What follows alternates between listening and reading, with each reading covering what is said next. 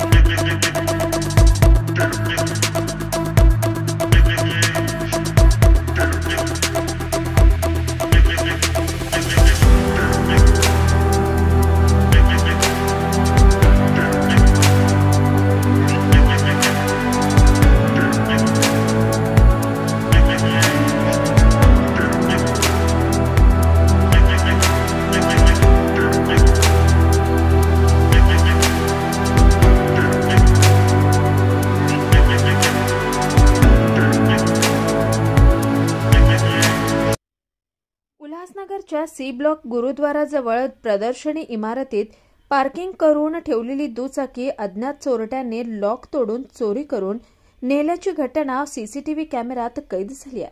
आता या प्रकरणी उल्हासनगर पोलीस ठाण्यात गुन्हा दाखल करण्यात आला असून सीसीटीव्ही फुटेजच्या आधारे पोलीस तपास करत आहेत। दरम्यान उल्हासनगर शहरात दिवसेंदिवस चोरीच्या घटना घडत असून पोलिसांसमोर चोरांना पकडण्याचं आवाहन उभं राहिलंय। आकाश सहाने, स्वानंद मीडिया, उल्हासनगर। ताज्या घडामोडींसाठी स्वानंद न्यूजला सबस्क्राइब करा आणि बेल आयकॉनवर क्लिक करा।